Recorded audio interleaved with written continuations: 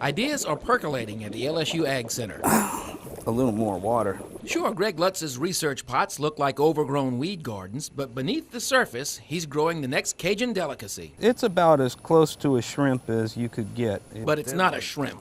Lutz is raising a new species of crawfish. Let me get you a few little ones. Well, a shrimp crawfish, it's native to Louisiana. Okay, so they're not really new, but farming them is. If you see one of these things, you know right away it's a different crawfish. You can see the claws are very small, and the tail is a little bit wider. But what really makes these olive-colored mud bugs special is that they lay their eggs in the winter, grow all summer, and come September, they're big enough to eat. So the idea would be to have a species that we could harvest early in the fall when prices are real high.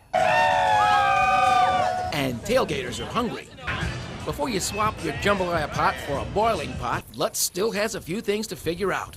Namely, what's the best way to raise them? Lutz says he and his team are close to finding the vegetation that works best with these small shrimp crawfish. Once that's done, they move from these pots into a larger research pond. And if all goes well there, you could be sucking heads in the shadow of Tiger Stadium for the start of the 2015 football season. Well, so far the research has been fairly promising. So we might be able to grow them.